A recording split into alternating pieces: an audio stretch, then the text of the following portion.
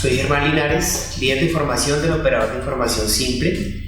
Los invito a revisar algunos aspectos relacionados con el decreto 1990.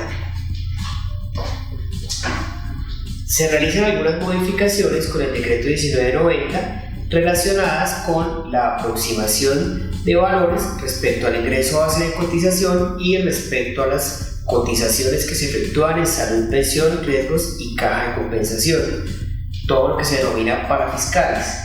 La aproximación de valores, de acuerdo al ejemplo que tenemos en pantalla, se refiere a los centavos.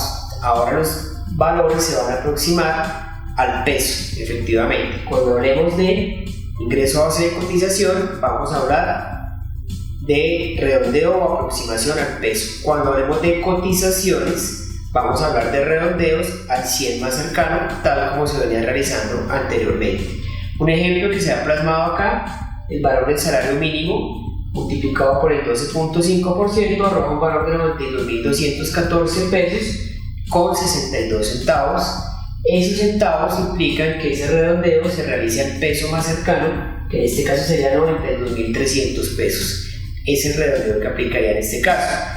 Para el mismo ejemplo, salario mínimo legal vigente con una cotización del 4%, el valor que nos arroja es 29.508 pesos con 68 centavos. Los 68 centavos obligan a que se aproxime al peso, lo que implicaría un redondeo o una aproximación de 29.600 pesos.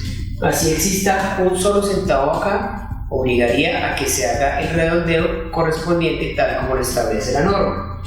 Hay un tope máximo de 25 salarios que corresponde a 18.442.925 pesos.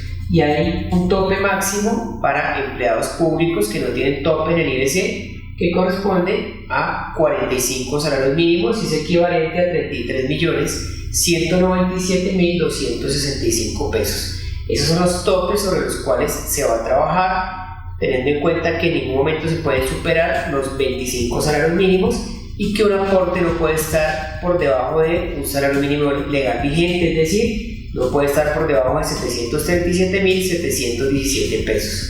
La vigencia de esta normatividad es a partir del 6 de marzo del 2017, si el Ministerio no establece algo diferente. La otra modificación importante se refiere a las fechas de pago. Ustedes saben que anteriormente tenemos un decreto que es el 1670, donde se hacía una clasificación de empresas de acuerdo a su número de empleados, y teniendo en cuenta los dos últimos dígitos del NIF, pues se aplicaba la fecha de pago. Esta nueva tabla ya no discrimina por número de empleados, simplemente me dice todos los aportantes, incluidos los independientes, van a realizar los pagos de acuerdo a las fechas que están aquí establecidas, solamente teniendo en cuenta los dos últimos dígitos del NIF, sin considerar el dígito de verificación. Si se dan cuenta, ya desaparecen los pagos el primer día hábil del mes. A partir del segundo día hábil del mes vamos a tener pagos. Las empresas que normalmente pagaban el cuarto día hábil del mes, ahora van a tener hasta el octavo día hábil del mes para poder efectuar sus pagos, y va a ser un beneficio porque les va a permitir tener un mayor tiempo para consolidar su información, para cerrar su nómina, para revisar antes de proceder a efectuar el pago de la seguridad social. Si consideramos la fecha de la entrada en vigencia de este decreto, nos dice que es el 6 de marzo. ¿Qué implica esta entrada en vigencia? Que las empresas que deban pagar el 1, el 2 o el 3 del mes de marzo deben seguir pagando con la fecha normal que traían. Las empresas que deban pagar el cuarto día hábil del mes, que ya corresponde al 6 de marzo, a ellos ya les aplicaría la nueva normatividad, de manera que de aquí en adelante empezaríamos a aplicar la tabla de pagos de acuerdo a lo que está establecido en el decreto. Tengan en cuenta, empresas que pagan primero, segundo y tercer día hábil del mes, no les va a aplicar la normatividad para que no vayan a incurrir en mora.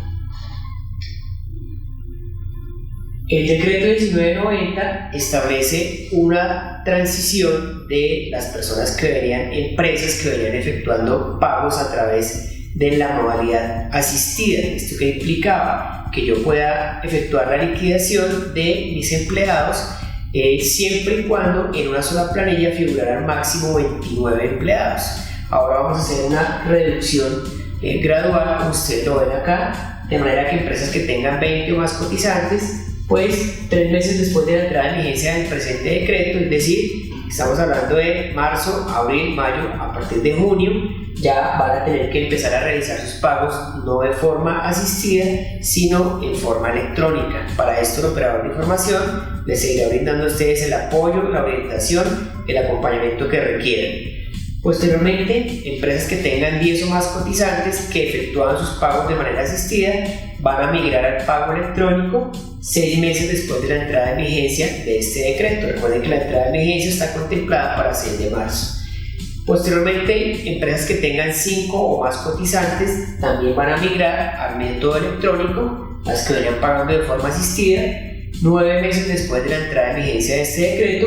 Y finalmente, las empresas que tengan 3 o más cotizantes que corresponden a municipios con categorías diferentes a 5 y 6, son municipios, esta categoría se establece de acuerdo a los ingresos y de acuerdo al número de habitantes de cada municipio, pues tienen 15 meses para migrar sus pagos a la modalidad electrónica, de manera que vamos a dar un mayor peso a la modalidad electrónica. Como les digo, van a tener todo el apoyo, el acompañamiento y la orientación de nuestros colaboradores para que ustedes puedan seguir llevando a feliz término la liquidación de sus aportes. Los cotizantes independientes, ahora que tengan más o igual un ingreso mayor o igual a 5 salarios mínimos legales vigentes, 3 meses después de la entrada en vigencia de este decreto, deben empezar a realizar sus pagos a través de esta modalidad también, de manera que también van a tener una transición, un acompañamiento por parte de todos los colaboradores del operador simple. Cuando los ingresos sean mayores o iguales a 4 salarios mínimos, para los independientes van a tener 6 meses después de la entrada en vigencia para poder empezar a efectuar este tipo de pagos. Y cuando los ingresos sean mayores o iguales a 2 salarios mínimos, también para residentes en municipios con categoría diferente a 5 y 6, pues van a tener 12 meses, un año para empezar a hacer esta transición y poder efectuar los pagos pues de manera electrónica. Tengan en cuenta esto. Los cotizantes independientes que tengan un IBC menor a 2 salarios mínimos pueden seguir efectuando sus pagos a través de la modalidad asistida, no van a tener ningún inconveniente. Recuerden, más que fácil, simple.